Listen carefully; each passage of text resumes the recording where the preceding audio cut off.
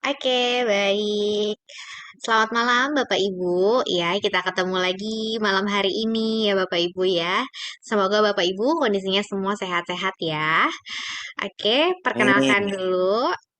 Ya, baik. Perkenalkan, saya Diana, saya produk spesialis dari Forever Healthy Indonesia. Dan malam hari ini seperti biasa kita akan seminar kesehatan bersama Dr. Winda. Bapak Ibu, selama presentasi berlangsung, selama Dokter Rina nanti menjelaskan, Bapak Ibu diharapkan untuk mematikan mikrofonnya demi kenyamanan bersama. Nanti Bapak Ibu juga bisa memberikan pertanyaan melalui kolom chat. Nah, tentunya kami juga akan menerima kesaksian ataupun testimoni dari Bapak Ibu. Dan tentunya kami akan memberikan hadiah menarik untuk Bapak Ibu. Oke, baik, kita panggilkan saja ya, Dokter Winda. Hai. Halo dok. Oke dok, kameranya bisa nyala dok? Sebentar ya. Oke baik. Biar Bapak Ibu di sini bisa tahu nih dokter kita tuh seperti apa. Mungkin ada yang belum kenal ya dok ya.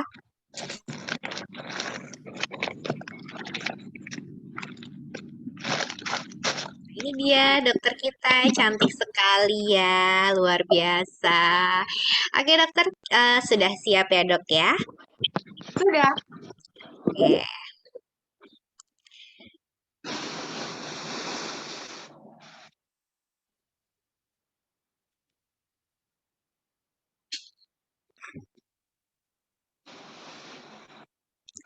Nah, baik, topik kita mengenai Cocoa Flavanol untuk penderita ulkus diabetikum. Oke, saya persilahkan Dokter Winda.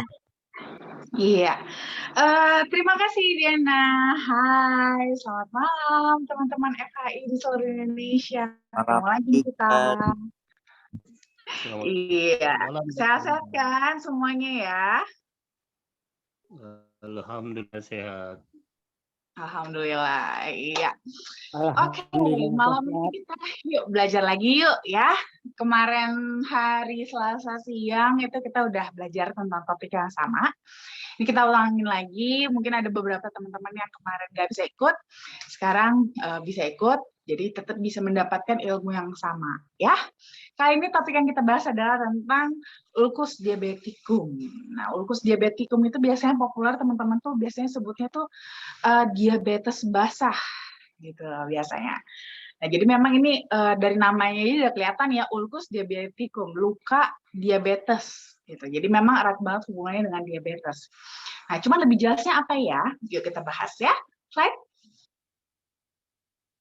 Nah, ulcus diabeticum sendiri itu sebenarnya adalah suatu kondisi di mana terjadi luka, terutama itu biasanya pada tungkai kaki bawah atau kaki bagian bawah telapak kaki ya, atau bagian tubuh lain yang biasanya tuh selalu tertekan. Nah, tertekan disebabkan oleh adanya gangguan atau kelainan syaraf perifer dan juga autonom serta adanya infeksi juga di mana karena udah ada tekanan, lalu habis itu ada infeksi, ini bisa menyebabkan terjadinya kematian jaringan yang bisa semakin lama semakin meluas. Dan juga bisa disertai dengan invasinya dari kuman saprofit. Dari maknanya kayaknya serem banget ya. Nah, tapi ini nggak langsung begitu saja jadi langsung luka membusuk seperti ini, nggak teman-teman. Jadi dia ada grading-gradingnya lagi nanti ya, slide. Nah, ini dia gradingnya ya. Jadi dia gradingnya itu belum tentu yang kita katakan ulkus diabetik itu dia langsung luka seperti yang teman-teman biasanya lihat, langsung luka menghitam, membusuk atau udah bolong gitu, nggak langsung seperti itu. Dia bisa pertama itu mulai dari derajat 0 terlebih dahulu. Ya, derajat 0 itu yang seperti apa? Nah, derajat 0 itu dia belum ada luka terbukanya itu belum ada, ya, kulitnya itu masih utuh. Jadi tuh dia masih bentukannya itu justru seperti kapalan. Nah, dia bentuknya masih berdalam bentuk kapalan aja. Dia seperti kapalan. Nah, di sini karena biasanya di area yang banyak mendapatkan tekanan. Nah, makanya biasanya lebih cenderung di telapak kaki, ya. Nah, ini biasanya dia disertai dengan rasa nyeri. Nah, itu masih dalam derajat 0. Nah, kalau derajat 1 itu dia sudah mulai ada seperti lecet gitu ya. Jadi lukanya itu masih luka superficial terbatas pada kulit aja. Jadi lukanya itu masih bentuknya itu seperti lecet gitu ya. Itu sudah masuk dalam kategori derajat 1. Nah, lalu kalau yang derajat 2, ini lukanya udah lebih dalam lagi. Nah, ini mungkin teman-teman ada yang udah pernah lihat ya, derajat 2 ini yang sudah lebih banyak dilihat. Dan biasanya itu rata-rata orang baru sadar itu justru sudah di derajat 2. Biasanya derajat 0 dan derajat 1 tuh pasien itu masih belum nyadar kalau sudah ada luka seperti itu. Biasanya baru terasa sadarnya itu di derajat 2. Di mana di sini lukanya itu sudah mulai berbolong. Sudah kelihatan di sini tendonnya, ya, otot-ototnya, dan bahkan pada beberapa itu sudah mulai terlihat tulangnya. Gitu ya. Ini masuknya sudah dalam derajat 2. Slide. Nah, lalu kalau yang derajat 3, kelebihan. Kalau yang derajat 3, itu dia lukanya sudah disertai dengan abses atau nanah. Jadi dia tuh nggak hanya sekedar, dibalik lagi ya, kelebihan slide-nya. Ya. Nah, jadi dia tuh sudah disertai dengan abses. Jadi tuh sudah ada keluar nanahnya gitu pada lukanya. Jadi sudah kelihatan tendonnya, ototnya ya, bahkan sudah terlihat tulangnya dan sudah ada keluar nanah. Itu masuknya dalam kategori derajat 3. Nah, lalu derajat 4 ini mungkin teman-teman ada yang lebih banyak lagi yang pernah melihat ya. Itu sudah gangren alias sudah membusuk. Jadi udah hitam. Tapi itemnya biasanya masih bagian ujung aja. Jadi biasanya masih di jarinya gitu ya. Telapak kaki bagian ujung. Belum ya? Slide-nya belum dibalik. Nah, jadi masih di bagian ujungnya aja ya, jari-jarinya aja. Itu dia masuk derajat 4. Nah, derajat 5 ini yang paling parah ya. Dia sudah seluruh kakinya, seluruh telapak kaki itu ya, sampai ke bagian punggung kakinya juga, itu sudah membusuk, sudah menghitam. Biasanya, itu memang biasanya sih pada beberapa dokter ya, itu sudah menganjurkan untuk dilakukan amputasi itu bahkan sudah mulai dari derajat 2. Gitu. Dari derajat 2 biasanya sudah disarankan untuk dilakukan amputasi bahkan ya. Gitu. Cuman ya gimana ya rasanya, walau bagaimanapun kalau bisa jangan diamputasi sih jangan ya teman-teman ya. Cuman ya gimana, kadang-kadang itu demi kebaikan kita juga. Slide. Nah, di sini kenapa sebenarnya bisa sampai jauh seperti itu derajat kejadiannya? Karena sebenarnya terjadi kegagalan dari proses penyembuhan luka pada kasus diabetes ini. Nah, kenapa bisa sampai terjadi kegagalan dari proses penyembuhan luka ya? Karena ada faktor-faktor terutama sih dari faktor dari diabetesnya sendiri, yaitu gula darahnya. Ya, gula darah yang tinggi itu bisa menghambat proses penyembuhan luka. Nah, proses penyembuhan luka sendiri itu dia ada pertahapannya lagi. Ya, pertama itu akan terjadi adalah proses bleeding ya atau hemostasis. Nah, ini lagi perdarahan. Namanya ini berlaku untuk segala macam luka ya. Jadi pada luka-luka yang ada di tubuh kita, itu kalau kita terjadi luka, itu pertama-tama akan terjadi proses hemostasis dulu, di mana berdarahnya akan keluar.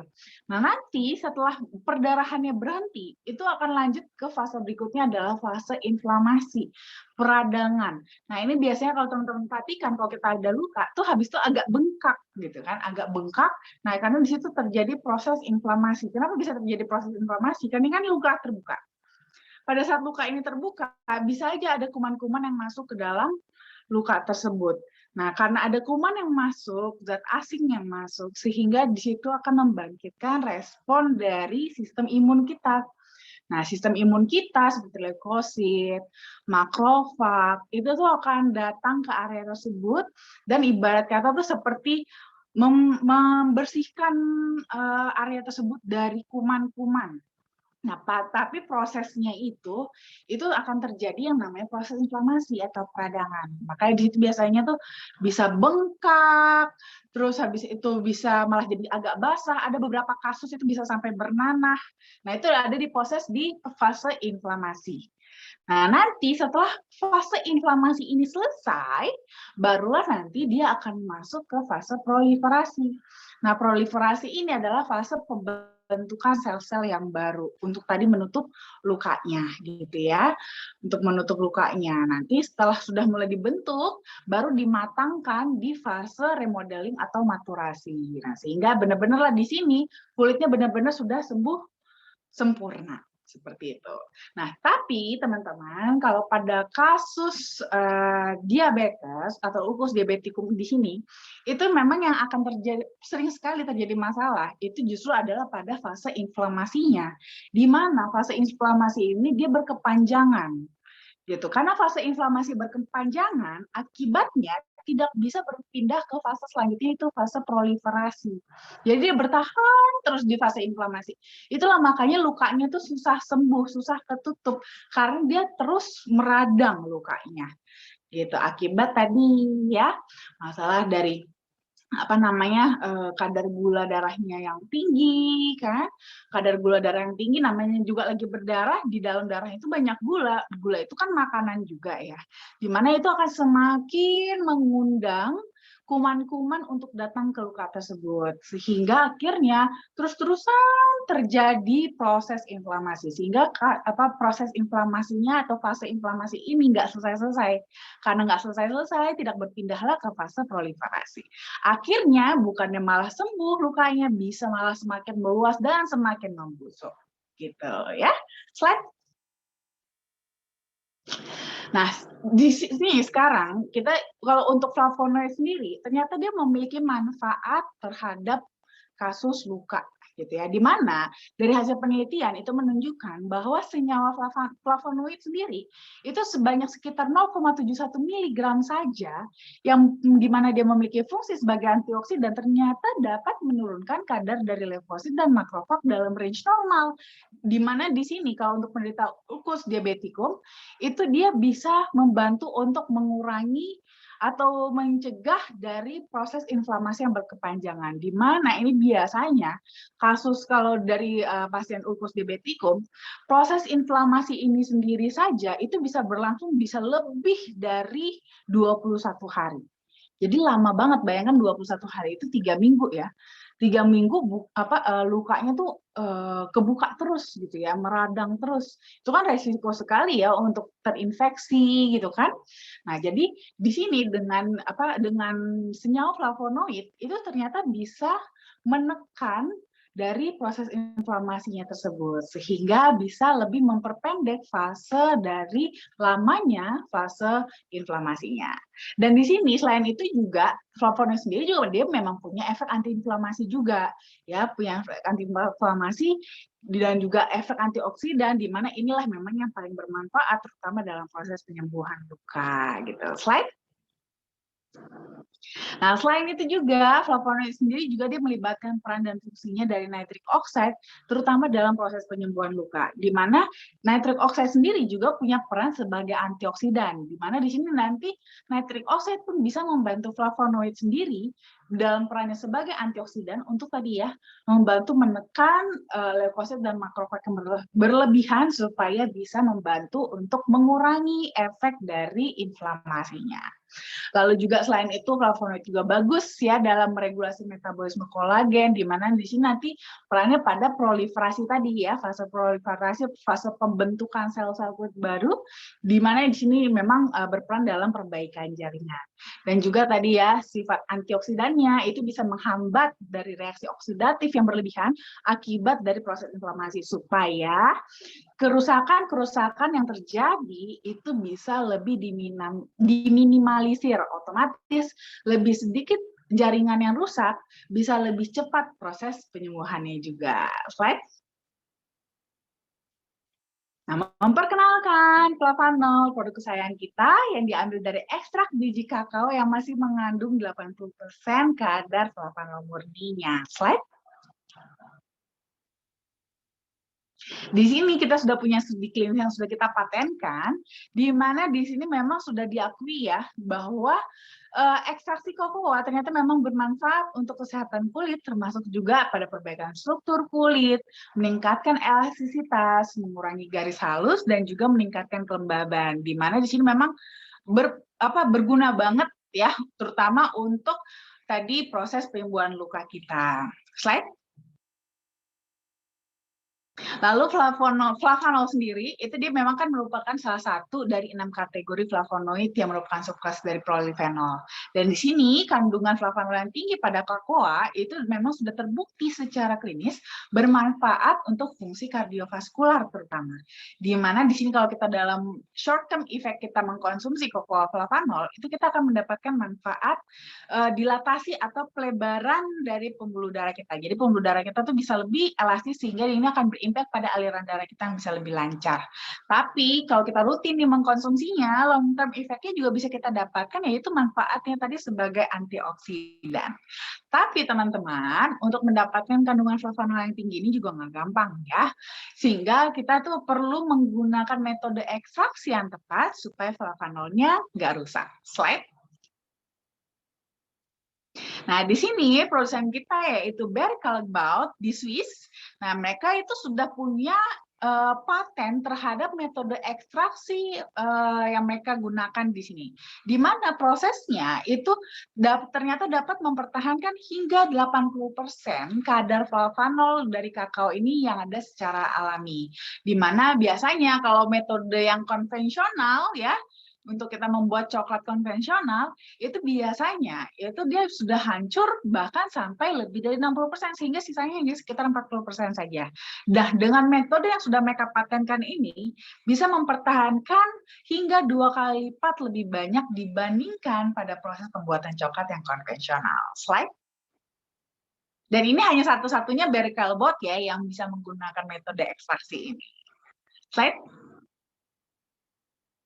Nah, lalu kita juga sudah dapat scientific opinion juga ya dari EFSA atau European Food Safety Authority, di mana di sini karena sudah banyak sekali studi klinis, jurnal-jurnal penelitian yang mendukung bahwa kita sudah bisa mengklaim kalau cocoa flavanol itu memang dapat membantu memelihara elastisitas pembuluh darah, di mana nanti ini akan berkontribusi untuk mendapatkan aliran darah kita yang lebih normal. Slide.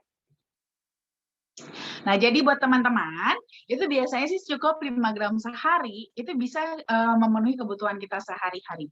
Cuman case per case, ya seperti untuk kasus ulcus diabeticum ini, sebaiknya memang yang dianjurkan, terutama dari hasil research, itu bisa mengkonsumsi dengan minum cocoa flavanol, setidaknya 3 kali 5 miligram, 3 kali 5 gram setiap hari. Lalu pada lukanya boleh ditabur atau dioleskan untuk semakin mempercepat lagi proses penyembuhan luka. Jadi bisa dibantu treatmentnya dari dalam dan luar. Begitu. Terima kasih.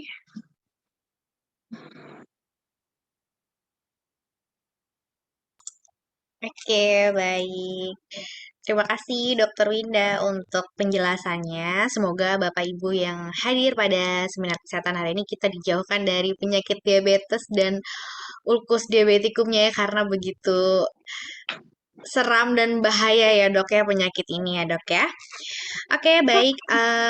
Sebelum saya membacakan pertanyaan, saya akan memberikan informasi mengenai acara-acara yang akan berjalan yang dilaksanakan oleh FAI dalam waktu dekat ya.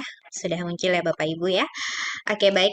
Ini adalah nomor konsultasi Dokter Winda. Bapak Ibu bisa konsultasi bersama Dokter Winda melalui chat ya di nomor 0878 1706 6067.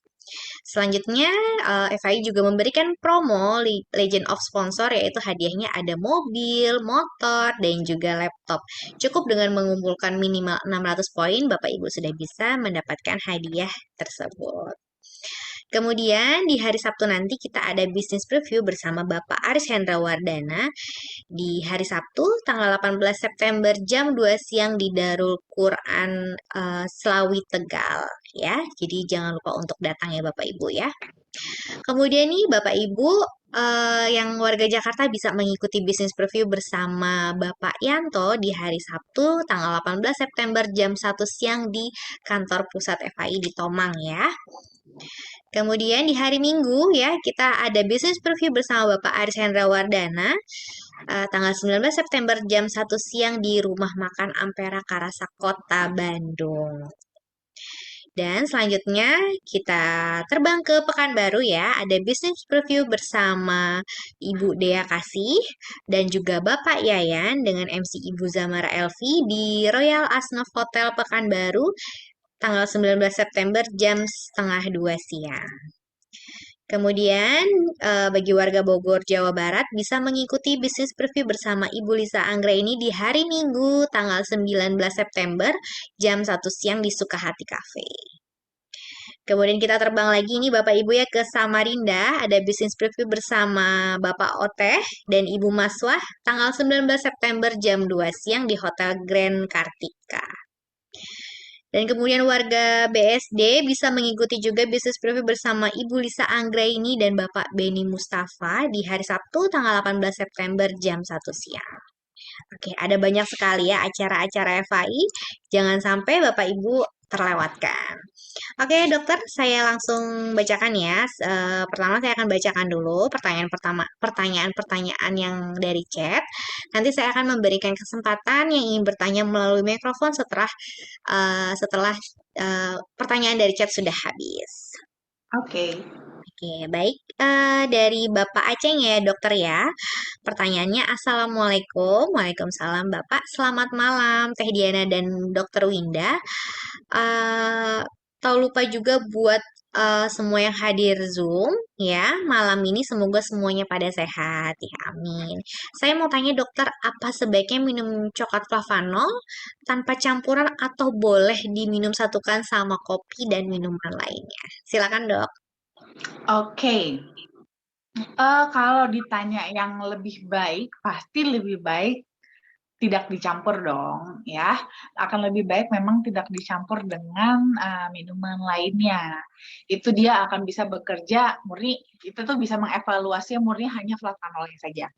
Nah, kalau dicampur dengan yang lain, nah ini nanti akan bergantung dari efek yang tambahannya ini juga. Nah, tambahannya ini membawa efek apa? Itu bisa mempengaruhi manfaat gitu ya, manfaat dari flavanolnya.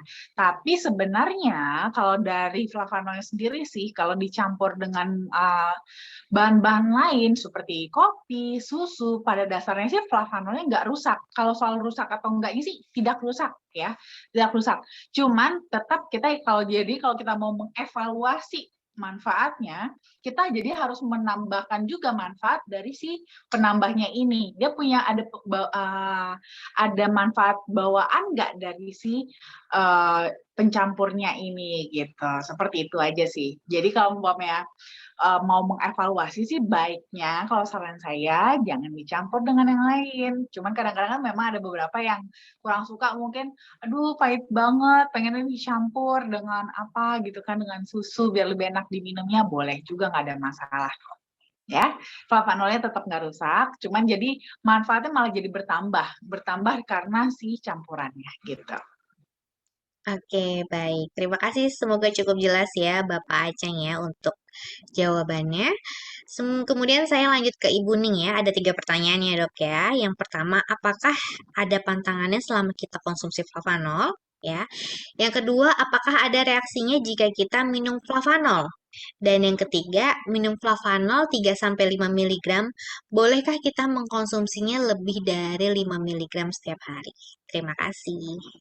Oke, nah kalau untuk pantangan sebenarnya sih tidak ada ya, tidak ada pantangan dalam mengkonsumsi flavanol, bebas-bebas saja, kecuali kalau pantangan itu hanya bagi yang memang punya alergi. Ya, bagi yang punya alergi memang harus lebih hati-hati dalam mengkonsumsi flavanol. Dalam artian itu akan kembali lagi kepada alerginya, alergi ringan atau alergi berat. Lalu tujuan teman-teman itu mengkonsumsi flavanol itu untuk manfaat kesehatan apa gitu. Nah, kalau manfaat kesehatan yang menurut teman-teman itu lebih penting daripada alerginya bagi teman-teman, ya nggak apa-apa tetap dikonsumsi flavanol ya, bisa dikombinasi dengan obat anti alergi seperti CTM atau cetirizine. Jadi supaya bisa tetap diminum gitu ya, nggak ada masalah kalau seperti itu. Jadi kalau untuk pantangan sih pada dasarnya sebenarnya nggak ada. Lalu, nah ini kalau reaksi jika kita minum flavanol bisa jadi ada reaksi ya, bisa bervariasi. Mungkin teman-teman juga sudah banyak juga yang sharing ya gimana rasanya biasanya di awal konsumsi flavanol apa yang dirasakan. Ini bisa berbeda-beda masing-masing orang. Ada yang jadi bawaannya malah makin segar, ada yang bawaannya jadi kayak bawaan ngantuk, ada yang pusing. Nah, ini bisa bermacam-macam ya, tergantung kondisi tubuh kita, masalah dalam tubuh kita apa. Ini bisa bervariasi sekali. Nah, tapi sebenarnya reaksi yang kita rasakan itu pun sebenarnya biasanya berkorelasi dengan yang memang masalah kesehatan yang kita punya gitu. Kalau kita memang sudah punya masalah kesehatan, biasanya ada reaksi di awal di saat kita mengkonsumsi flavanol. Nah, kalau seperti itu sebenarnya nggak usah khawatir, tetap diminum aja. Yang penting banyakin aja minum air putih dan dibawa istirahat gitu ya. Kasih kesempatan tubuh untuk berkenalan dulu dengan flavanol, untuk menyesuaikan diri, dan kasih kesempatan juga flavanol untuk membantu tubuh itu memperbaiki yang masalah-masalah di dalam tubuh kita gitu ya. Makanya kita jangan dulu terlalu capek. Mungkin kalau pas kita di awal-awal konsumsi flavanol mungkin rasanya agak-agak kurang nyaman ya, mungkin dibawa istirahat aja sama perbanyak minum air putihnya. Tapi nanti itu akan membaik dengan sendirinya kok ya, jadi nggak perlu khawatir. Nah, lalu untuk konsumsi koko flavanol kan memang yang kita anjurkan tuh 3-5 gram, bukan miligram ya. Miligram tuh kecil ya. Ini 3-5 gram. Nah, tapi boleh banget dikonsumsi lebih dari 5 gram. Karena pada faktanya beberapa case ya, seperti tadi contohnya pada ulcus diabeticum, itu malah kita anjurkannya itu 3 kali 5 gram. Jadi itu sekitar 15 gram sehari. Demikian juga masalah-masalah kardiovaskular lainnya ya, hipertensi, kolesterol, terus apa tuh namanya, mungkin ada riwayat stroke, sudah ada pasang ring, itu biasanya kita anjurkan memang 15 gram bahkan sehari ya, 3 kali gitu. Nah, 3 kali 5 gram, jadi totalnya 15 gram, bahkan bisa lebih dari itu sesuai dengan kebutuhan masing-masing. Jadi dan itu tetap aman kok untuk dikonsumsi lebih karena memang koko flavanol sendiri itu dia bertahannya itu di dalam tubuh kita tuh hanya sebentar, kurang lebih itu hanya 6 jaman saja, dan itu dia sudah mulai dibuang dari tubuh kita sehingga itu akan meminimalisir adanya penumpukan residu di dalam tubuh. Jadi itu tetap cukup aman buat kita dikonsumsi even lebih dari 5 gram ya. Oke, baik. Terima kasih Dokter Rinda. Semoga cukup jelas ya, dan ini merupakan informasi penting ya dok ya untuk Bapak Ibu yang lainnya yang mungkin belum tahu tentang anjuran konsumsi flavanol itu sendiri. Oke, selanjutnya saya langsung ke Bapak Agus Indra ya dok ya. Assalamualaikum, saya sedang mengkonsumsi obat-obat pengencer darah, kolesterol, dan penstabil tekanan darah. Apakah aman kalau konsumsi flavanol? Silakan dok. Ya, tetap aman kok Pak, nggak apa-apa, nggak ada masalah. Malah ini selaras ya kerjanya ya. Bisa malah bekerjanya itu bisa sinergis antara flavanol dengan obat-obat pengencer darah, kolesterol, dan juga penstabil tensi. Cuman memang saya anjurkan untuk dikonsumsinya itu di waktu yang berbeda. Jadi diberi jarak waktu, jangan diminum barengan. Ya, jangan diminum barengan, dikasih jarak waktu supaya kasih kesempatan satu persatu dulu untuk bekerja. Seperti itu. Tapi nggak ada masalah kok untuk dikonsumsi bersamaan ya. Oke, baik. Semoga cukup jelas ya Bapak Agus ya. Kemudian saya langsung ke Ibu Uci Rosita ya. Beliau ingin memberikan testimoninya nih dok. Kita panggilkan saja ya dok ya. Ibu Uci Boleh. Rosita. Bu Ya. Uci bisa menyalakan, ya Ibu bisa menyalakan kamera dan sudah. Dan mikrofonnya. Silakan Ibu bercerita untuk kesaksiannya mengenai konsumsi koko flavanol. Assalamualaikum Dr. Winda dan Mbak Diana. Selamat malam semuanya. Kesaksian saya ini bagus sekali ya. Selama saya minum ini, tangan kanan saya ini kan sakit juga. Sudah ada 4 bulan lebih. Ini kayak kram gitu, kesemutan. Selama 1 bulan ini saya konsumsi. Alhamdulillah berangsur membaik. Saya bisa angkat-angkat barang yang berat. Terus ambeien saya maksud saya selama konsumsi ini saya tidak pernah minum obat-obat lagi yang dari dokter. Saya minum ini aja sehari 2 kali, pagi sama malam. Dan terus terang ini juga enak di badan gitu nah Mbak. Apalagi juga kayak kondisi anak saya yang umur 2 tahun ini kan kena asma tuh. Dia juga minum itu saya kasih sehari 2 kali, pagi sama malam sedikit aja, mungkin ada 2 milian aja, pokoknya sedikit aja di susu. Alhamdulillah selama pandemi hujan kayak gini, enggak pernah. Jadi saya pokoknya apa ya, bangga aja gitu nah, bisa kenal sama produk ini. Anak-anak saya, suami saya bisa konsumsinya. Itu aja kayaknya Mbak ya. Terima kasih. Oke, baik. Terima Terima kasih. kasih Bu Uci. Oke, Ibu Uci luar biasa ya Bu Uci ya, konsumsi flavanolnya baru 1 bulan ya Bu ya. Sehari 2 kali masalah asma dan ambeien teratasi. Nah, saya juga sudah pernah menemukan penelitiannya ya Dok ya, bahwa memang flavanol pada kokoa ini bisa membantu mengatasi ambeien dan juga asma. Dia memiliki efek anti asma. Terima kasih Ibu Uci. Nanti kita akan memberikan hadiah menarik untuk Ibu Uci. Baiknya Ibu Uci menghubungi upline-nya atau bisa menghubungi Mbak Sinta ya Ibu ya. Terima kasih Ibu Uci, sehat selalu. Oke, selanjutnya saya lanjutkan kembali ya Dok ya dari Bapak Afrizal ya. Assalamualaikum Dok. Waalaikumsalam. Gimana manfaat flavanol untuk mendapat keturunan dan untuk pengobatan stroke? Bisa nggak? Begitu juga dengan penyakit yang lain seperti jantung, asam urat, dan kolesterol. Iya. Mungkin saya jawab pertama justru yang soal stroke-nya ya. Stroke, sakit jantung, kolesterol. Jadi memang sebenarnya justru flavanol itu manfaat utamanya adalah untuk masalah-masalah kardiovaskular tersebut justru ya, stroke, kolesterol, jantung ya, terus juga hipertensi, termasuk diabetes. Justru sebenarnya fokus utamanya adalah pada penyakit-penyakit tersebut justru gitu. Jadi memang sangat bisa sekali justru untuk apalagi untuk kasus stroke ya, semakin cepat diberikan flavanol itu akan semakin semakin cepat proses perbaikannya gitu. Kayak kemarin ya kalau nggak salah ya Diana ya, yang hari Selasa itu kalau nggak salah ada testimoni itu kasus stroke Iya, ya. iya, Itu sudah, kasus iya ada stroke. Dok 10 bulan ya, sudah sakit stroke dan Betul. sudah sembuh. Iya, Iya, nah itu kemarin kebetulan ada salah satu teman kita ya, Bapak Raymond kalau nggak salah saya. betul ya Nah itu Bapak Raymond. beliau sudah 10 bulan, kebetulan 10 bulan terserang stroke. Nah kebetulan juga diperkenalkan dengan flavanol, segera diberikan flavanol, itu progresnya lumayan cepat. Ya sekitar kalau nggak salah 1,5 bulan itu sudah yang awalnya jalan itu harus dituntun, ya sekarang sudah bisa jalan sendiri, tangan sudah bisa digerakkan gitu. Jadi progresnya bisa lebih cepat dibandingkan yang baru konsumsi flavanolnya itu dia baru mungkin beberapa tahun kemudian gitu. Jadi udah lebih lama. Itu proses penyembuhannya pasti udah lebih lambat ya. Nah, jadi memang semakin cepat itu kemungkinannya hasilnya bisa lebih baik seperti itu. Nah, lalu untuk kasus yang keturunan atau kesuburan lah, saya bilangnya lebih ke kesuburan nih ya, karena kalau keturunan itu kayaknya kehendak yang di atas. Nah, jadi ini kalau soal masalah kesuburannya, flavanol bisa membantu di kesuburan, namun perlu dicatat ya teman-teman, ini akan kembali lagi akan tergantung kepada masalah dari kesuburan ini, apakah ada masalah terhadap organnya atau hanya karena soal kualitas dari ovum dan spermanya.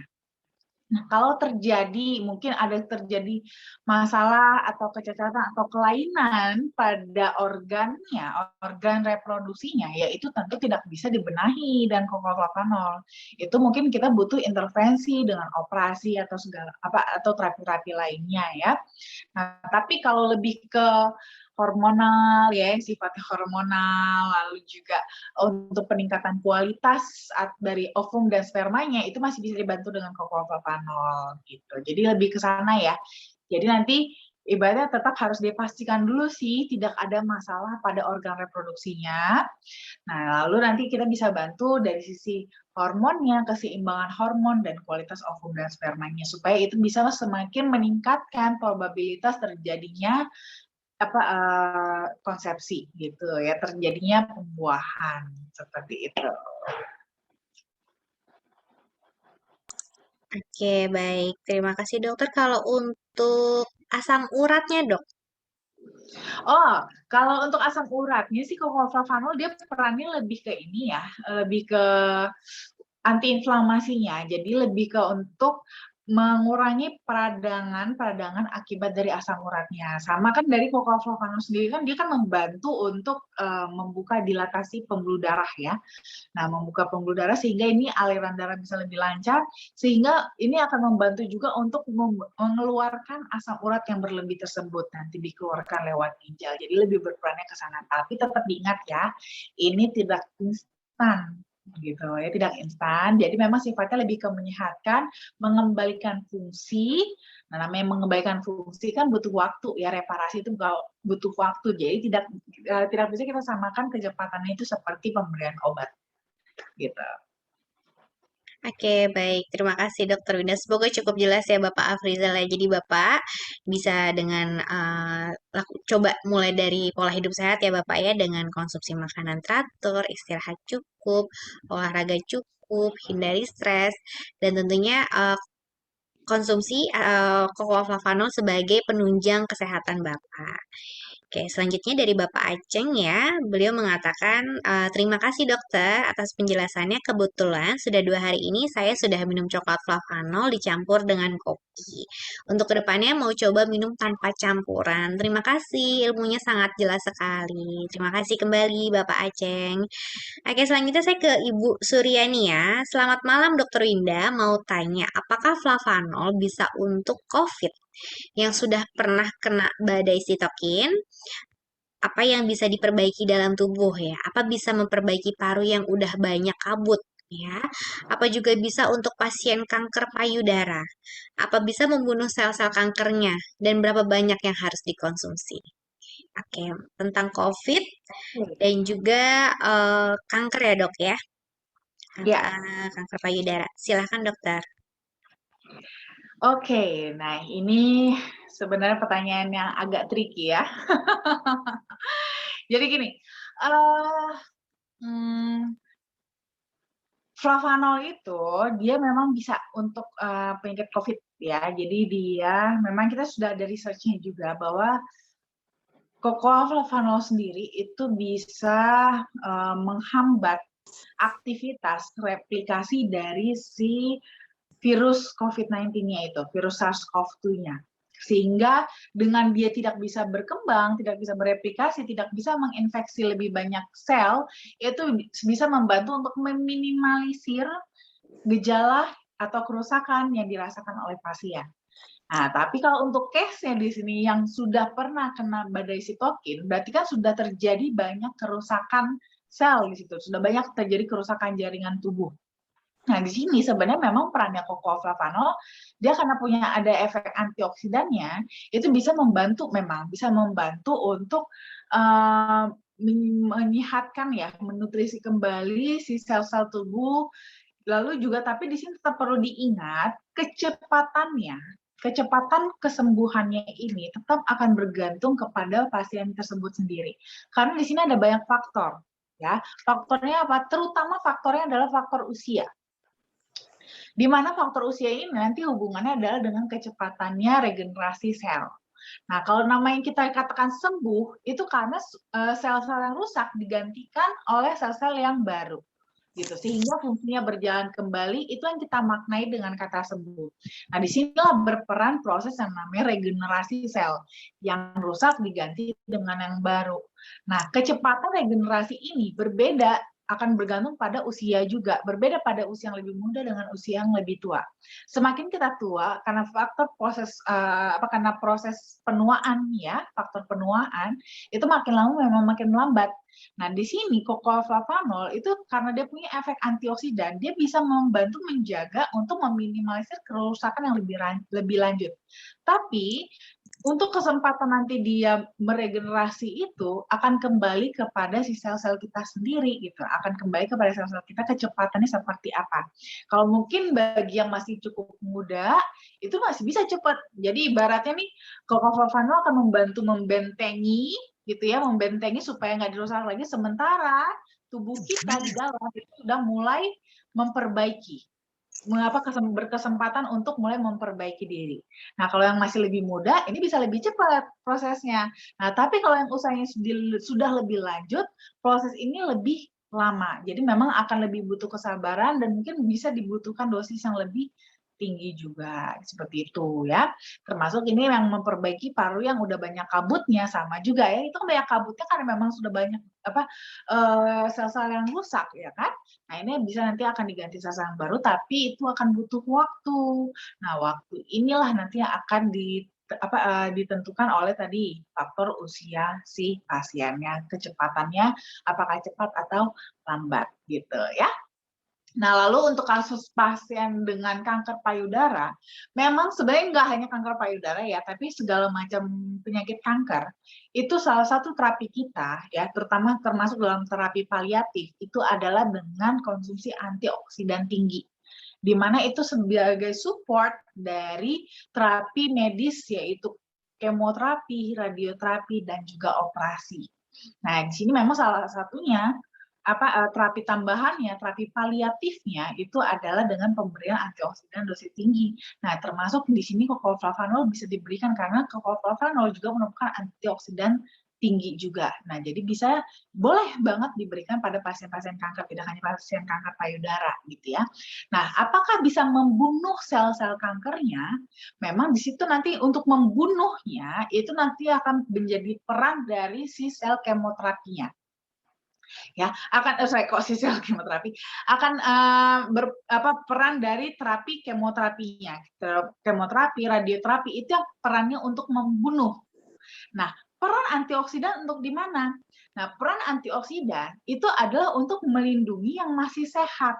Supaya apa? Supaya nanti si sel kankernya jangan lagi menyerang yang sehat, sehingga itu akan membantu mencegah terjadinya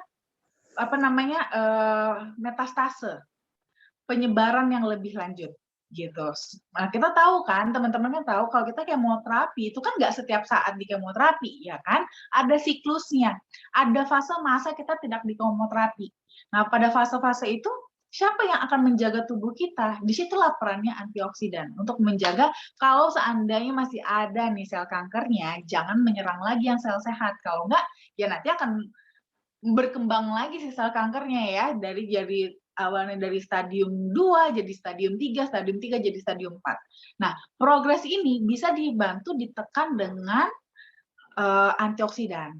Sambil si sel kankernya sendiri nanti akan dibunuh oleh si kemoterapi dan radioterapi. Gitu. Jadi memang tetap butuh kerjasama ya. Tidak bisa kedua masing-masing ini tidak bisa bekerja masing-masing. Mereka saling membutuhkan gitu. Masing-masing punya perannya. Ada yang perannya berperang dengan sel kankernya, ada yang perannya adalah melindungi yang masih sehat gitu ya. Jadi tetap tetap harus dibutuhkan kedua-duanya untuk bekerja sama. Nah, berapa banyak yang harus dikonsumsi ini bisa berbeda-beda masing-masing orang. Ya, ini bisa bervariasi. Nah, inilah yang harus di-trial karena daya serap tubuh pasien, apalagi pasien kanker itu bisa berbeda-beda karena kan pada dasarnya juga pada saat kita kemoterapi dan radioterapi, sel sehat pun bisa rusak kan, ibaratnya gitu. Nah, jadi ibaratnya kemampuan daya serap tubuh pun biasanya menurun. Nah, biasanya kalau seperti ini memang dibutuhkan dosisnya jadi agak lebih tinggi, sehingga dikonsumsinya bisa jadi lebih banyak, tidak seperti tidak seperti teman-teman lain yang tidak menderita kanker. Nah, ini mungkin bisa dianjurkan memang lebih dari 3 kali 5 gram, lebih dari 15 gram untuk dikonsumsi. Namun, nah ini nanti tetap harus di-trial juga ya, kembali lagi dicoba. Namanya pasien kanker itu badannya itu udah sakit. Ya, biasanya kalau kita kasih terapi kokolflavanol pada beberapa itu rasanya juga tetap akan sakit karena dia akan awal-awal akan mendetoksifikasi. Itu rasanya nggak nyaman sekali. Jangan langsung dipaksa dosis tinggi ya. Dosisnya kecil dulu aja. 1 kali 5 gram, pelan-pelan ya, supaya pasien kankernya juga itu jangan jadi demotivasi gitu ya, jangan jadi takut. Nah, tapi bisa tetap terus termotivasi untuk mengembalikan kualitas hidup yang lebih baik gitu. Nanti bertahap dosisnya bisa ditingkatkan sampai tadi yang maksimal bisa diserap oleh tubuhnya gitu ya.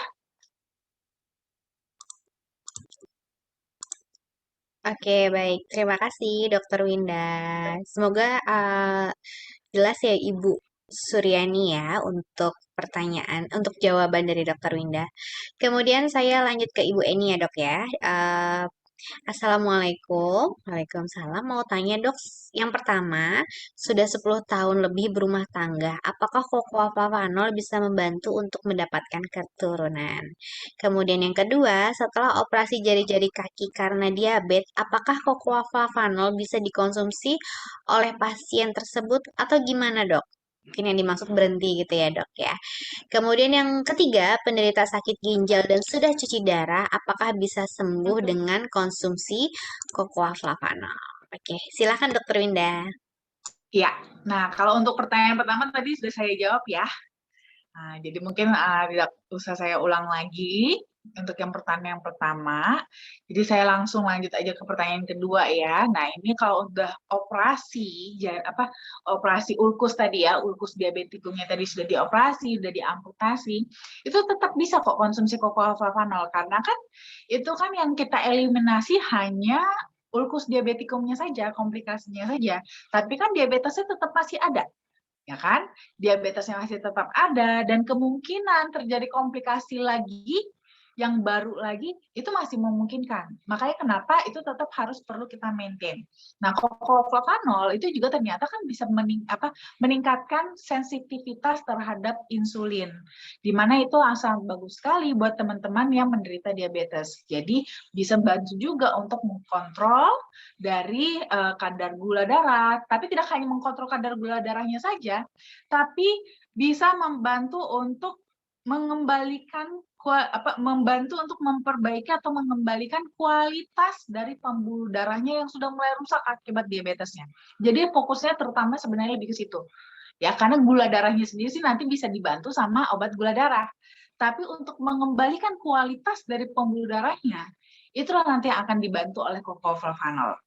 Nah, dengan kualitas pembuluh darah yang lebih baik, itu sirkulasi darah bisa lebih baik. Sirkulasi darah yang lebih baik, itu bisa nanti sensitivitas insulinnya bisa lebih lebih bagus ya, lebih tinggi, lebih meningkat, sehingga gula darah pun nanti secara bertahap dan secara alami perlahan bisa lebih turun. Nah, gula darah lebih stabil itu bisa membantu juga untuk meminimalisir komplikasi yang lebih lanjut ke depannya. Jadi tetap bisa untuk konsumsi Cocoa Flavanol ya. Nah, lalu untuk kasus sakit ginjal, sudah cuci darah, itu bisa banget untuk konsumsi Cocoa Flavanol. Karena memang Cocoa Flavanol, karena dia tadi punya manfaat untuk dilatasi pembuluh darah, ini akan membantu sekali untuk mengontrol aliran darah menuju ginjal. Sehingga aliran darah itu tidak terlalu deras, tidak terlalu kencang, sehingga bisa membantu juga untuk meminimalisir untuk bisa membantu mengurangi beban ginjal yang terlalu berat. Apalagi sekarang ginjalnya sudah berat kan, sudah ibaratnya sudah kritis. Nah, ini supaya bisa agak beristirahat dan bisa memperbaiki diri, itu kita bantu dengan Cocoa Flavanol supaya aliran darahnya itu bisa lebih smooth, lebih ringan, lebih slow gitu ya, sehingga nanti kita bisa buying time nih untuk ginjalnya nanti untuk bisa kembali memperbaiki diri. Tapi ini tetap balik lagi tadi ya, seperti saya katakan, proses regenerasi itu akan bergantung pada usia. Ya, karena ada hubungannya dengan faktor penuaan. Semakin muda, semakin cepat proses perbaikannya. Semakin lanjut usianya, maka akan bisa lebih membutuhkan waktu yang lebih panjang untuk bisa benar-benar sembuhnya, gitu ya. Oke, baik. Terima kasih, Dokter Ina. Semoga jelas ya, Ibu Eni ya, Ibu ya. Kemudian saya lanjutkan kembali ya, Dok ya. Ada yang ingin memberikan testimoni ya, yaitu Ibu Fanya. Ibu Fanya bisa langsung menyalakan kameranya Ibu dan juga mikrofonnya untuk memberikan cerita Ibu kepada Bapak Ibu yang hadir pada Zoom malam hari ini. Bu Fanya, halo Ibu. Halo, selamat malam Mbak Diana, Dokter Winda. Selamat malam Bu Fanya, silakan Ibu. Saya minum Flavanol, bagus banget buat saya. Harusnya saya dioperasi jantung pasang ring karena udah 40-60%. Tapi saya tahu dari teman untuk coba minum Flavanol. Dan 1 bulan itu 1 hari saya harus minum obat itu 3 kali. Dalam pagi 5, siang 5, malam 5. Tapi saya coba minum Flavanol dan hasilnya dalam 1 bulan saya udah lepas dari obat-obat dan saya terus minum Flavanol sampai sekarang. Saya bahkan udah sehat, nggak pernah rasa sakit lagi sampai sekarang. Emang awalnya tuh waktu minum Flavanol itu saya punya jantung itu kedutan kayak di mata. Saya rasa aduh ini kenapa kayak gini. Tapi saya ingat itu lagi dibersihkan. Saya punya flak-flak. Tapi akhirnya saya terus minum dan sampai sekarang saya udah lepas semua obat-obatan semua dan tensi darah saya itu 120/80/90. Tadinya tuh 350. Wow. Saya bilang, iya, sampai sekarang saya konsumsi Flavanol, Dok. Itu luar biasa. Oke, luar biasa. Tapi tetap Bu Fanya jangan terlalu capek ya, jangan stres-stres juga. Ini karena mentang-mentang merasa sehat nanti langsung wah gitu ya, jangan ya. Tetap Iya, dijaga. Dok. Saya malah sekarang terus itu, Dok, jogging. Iya, boleh. Wah. Tapi tetap dijaga ya Bu ya, jangan berlebihan. Oh iya, Bu. Ya, Dok. Siap. Makasih, Dok. Makasih, Mbak Diana. Oke, baik. Terima kasih Bu Fanya sudah memberikan ceritanya kepada Bapak Ibu ya. Semoga sehat selalu ya Bu Fanya ya.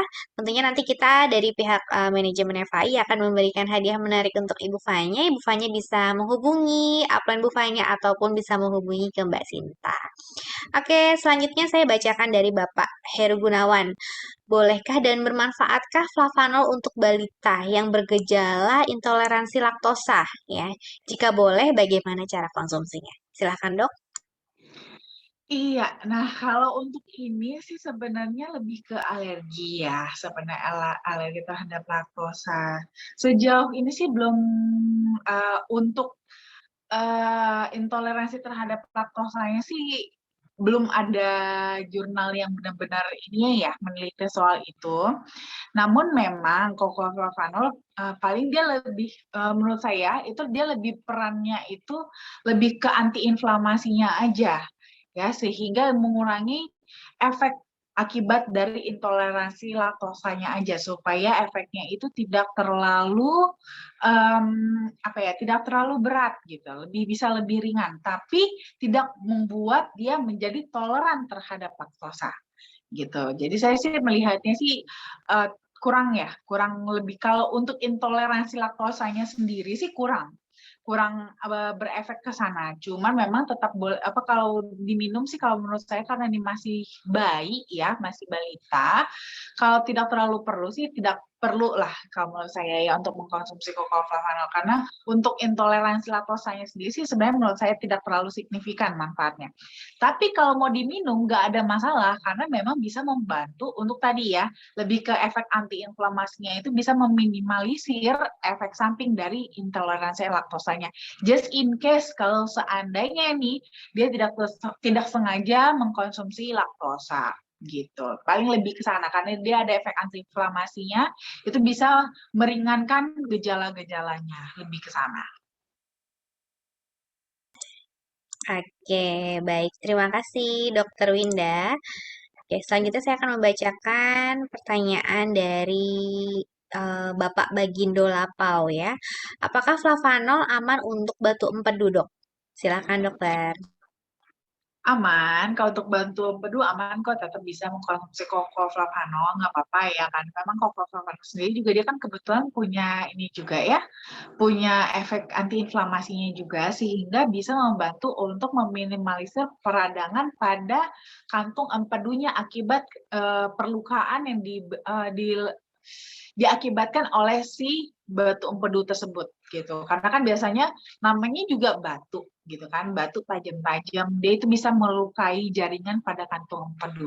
Pada saat terjadi luka pada kantung empedu ini bisa beresiko terjadi infeksi karena kan di dekat dengan usus ya, di mana di usus kita itu ada bakteri normal di sana. Nah, tapi bakteri ini kalau namanya ada luka karena tidak pada tempatnya, itu malah bisa menjadikan infeksi pada kasus batu empedu ini, ya, pada kantung empedu. Makanya biasanya kalau orang yang sudah ada kantung empedunya, kalau udah infeksi sampai bengkak itu terpaksa no choice harus diangkat, ya, seperti itu. Nah, di sini Coco bisa membantu untuk meminimalisir inflamasinya supaya jangan sampai peradangan ya, lukanya jangan sampai infeksi, lebih ke sana. Jadi bisa supaya jangan sampai ini nanti terpaksa harus diangkat kantong empedunya. Tapi lebih baik memang sambil dijaga oleh Coco segeralah cari waktu untuk mengeluarkan batu empedunya untuk mencegah kerusakan lebih lanjut gitu ya. Oke, baik. Terima kasih, Dokter Winda. Semoga cukup jelas ya, Bapak Bagindo ya, untuk jawabannya. Dan saya lanjutkan kembali ya, Dok, ya, ke Bapak Yosep. Selamat malam, Ibu Dokter. Ini dengan saya, Pak Yosep di Manokwari. Wow. Saya mau tanya, Bu, apakah flavanol bisa membantu menyembuhkan penyakit insomnia dan hernia? Silahkan, Dokter. Ya, nah kalau untuk insomnia memang ini akan kembali kepada masing-masing ya. Jadi memang dari coklatnya sendiri itu kan memang bisa memberikan efek rileks ya, efek rileks pada kita karena dengan aliran darah yang lebih lancar itu juga bisa membuat kita malah lebih rileks dan juga itu malah bisa membantu kita untuk mengatasi insomnia. Nah, namun ini memang untuk kasus insomnia ini memang akan bisa hasilnya berbeda per masing-masing orang. Nah, kebetulan nih kalau pada saya sendiri ya, kemarin kebetulan sebelumnya saya insomnia, itu memang meminum Coco Flavanol itu malah bikin jadi ngantuk gitu, jadi rileks. Namun pada beberapa orang ada juga yang minum Coco Flavanol karena terbuka pembuluh darahnya, itu oksigenasi ke darah tuh ke otak tuh malah jadi makin lancar, itu malah jadi makin seger. Nah, jadi memang agak tricky sih ya, per masing-masing orang bisa berbeda-beda untuk kasus insomnia ini. Nah, jadi mungkin kalau memang kebetulan insomnia, lalu nanti boleh di trial sih ya, pas kita minum flavanolnya itu efeknya lebih kemana? Lebih ke yang segar atau yang rileks? Nah, kalau efeknya lebih ke segar, jangan diminum di malam hari. Minumnya pagi aja. Obat biru semangat. Kalau seandainya tolong di-mute. Oke, mohon maaf. Silahkan, Dokter. Nah, tapi kalau seandainya nanti pas minum Coco Flavanol jadinya lebih rileks, nah itu bisa diminumnya pas malam hari. Jadi bisa bantu atasi insomnia-nya gitu ya. Nah, kalau untuk kasus hernia sendiri sih akan kembali ya hernia. Hernia ini sebenarnya lebih ke otot sih ya. Akan kembali lagi hernia ini sudah yang grade berapa. Kalau yang masih grade ringan itu memang mungkin masih bisa lah dibantu dengan Coco Flavanol. Tapi kalau sudah grade-nya agak berat itu udah nggak bisa dengan Coco Flavanol saja karena itu sudah perlu kita berikan intervensi dengan operasi. Gitu. Oke, baik. Terima kasih, Dokter. Semoga cukup jelas ya, Bapak Yosep ya. Kemudian kita akan mendapatkan testimoni lagi ya, Dok, dari Ibu Evi Pekanbaru. Sebelumnya Ibu Evi ini memberikan testimoni mengenai bapaknya ya yang terkena diabetes pada kakinya. Terus konsumsi flavanol dan juga ditaburin lukanya jadi kering. Dan sekarang Ibu Evi berhasil memberikan testimoni untuk dirinya. Silahkan Ibu Evi bisa menyalakan kamera dan mikrofonnya Ibu. Halo Bu Evi. Iya, halo. Halo Bu Evi. Ya silahkan Ibu bisa memberikan kesaksiannya mengenai konsumsi flavanol kepada Bapak Ibu yang hadir pada malam hari ini. Ya, assalamualaikum. Selamat malam semuanya. Selamat malam Dokter Winda. Selamat malam Ibu Evi. Iya. Sedikit aja Mbak, sedikit aja Dok. Cuma pengen nyampein. Karena saya hampir 1 bulan mengkonsumsi flavanol, turunnya berat badan 5 kilo. Wow. Iya, itu tanpa diet ketat dan tanpa olahraga, Dok. Cuman dia dilancarkan di BAB-nya, itu mungkin yang bikin ini. Terus saya kan memang susah minum air putih. Nah mungkin bawaan flavanolnya kali bawaannya haus gitu. Rasanya mau minum air putih terus, mungkin itu dia membantu buat dietnya cepat gitu Dok. Makanya Bagus.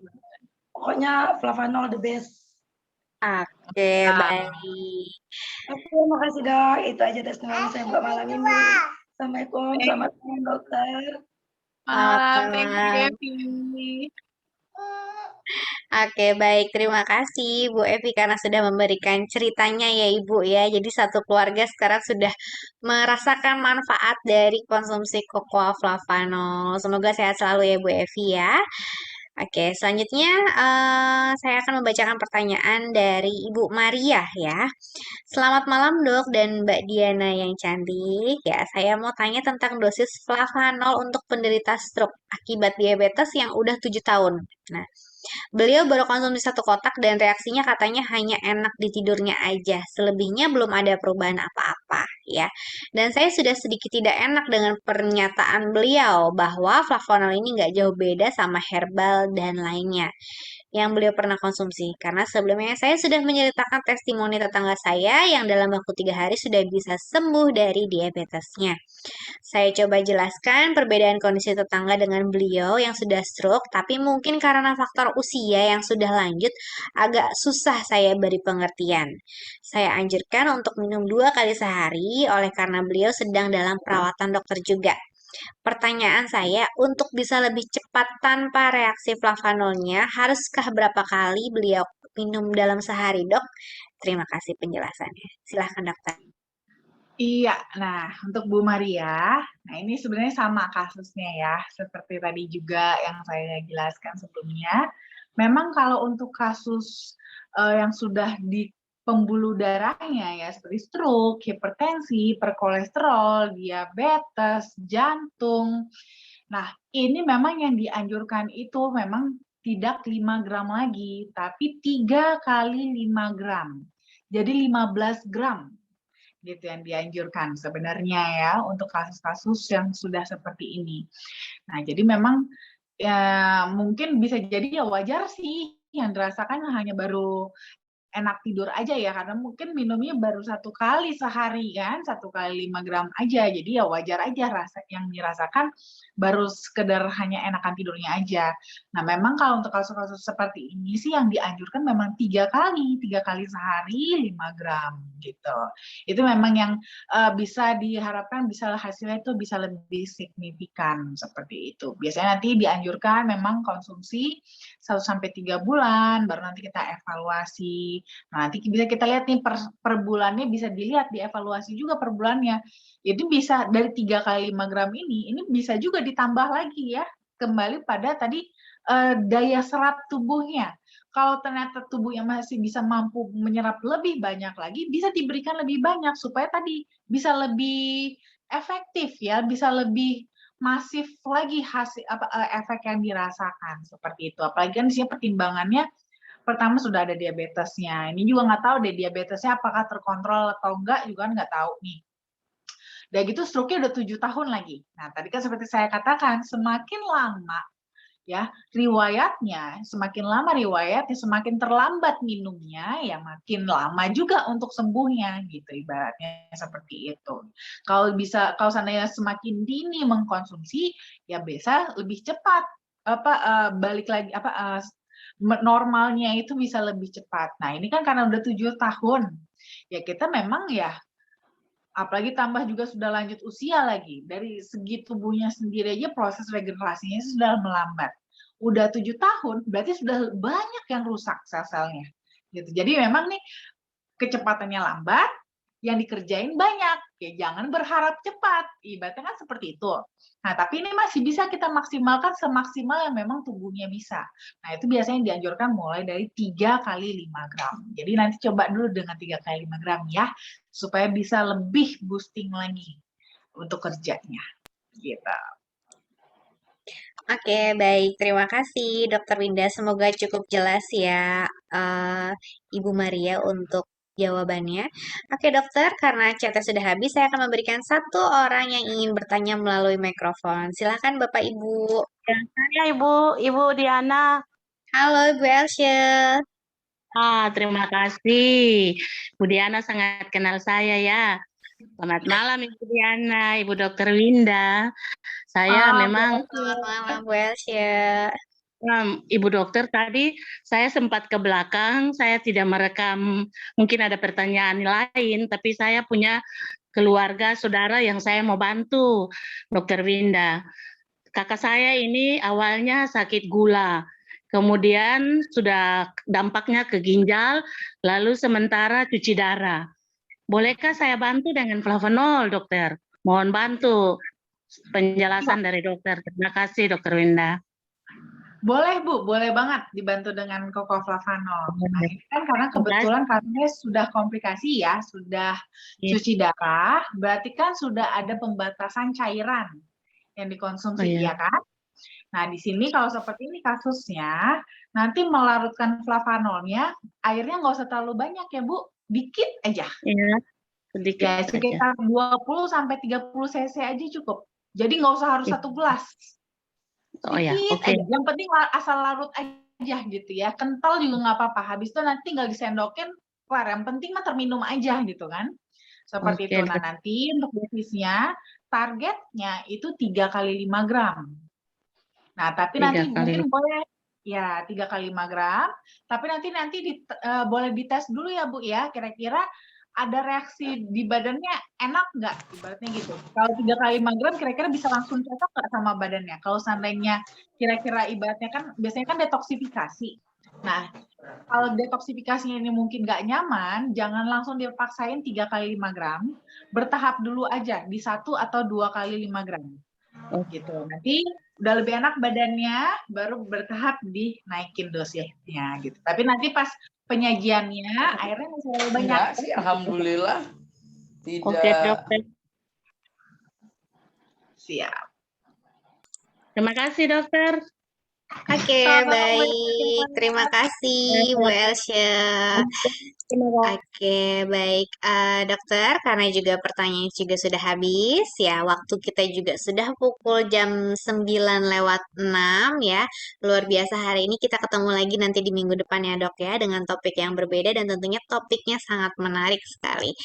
Oke, Bapak Ibu jangan lupa untuk patuhi protokol kesehatan dan tetap konsumsi Cocoa Flavanol. Saya Diana undur diri. Selamat malam dan selamat istirahat. Malam, terima kasih. Selamat malam. Selamat Diana. Terima kasih. Terima kasih Bu Elsya. Terima kasih Pak Indra. Ya.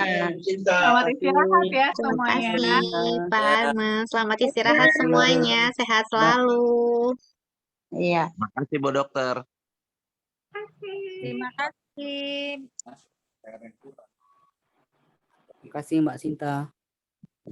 Terima kasih Bu Dokter, Mbak Sinta. Diana.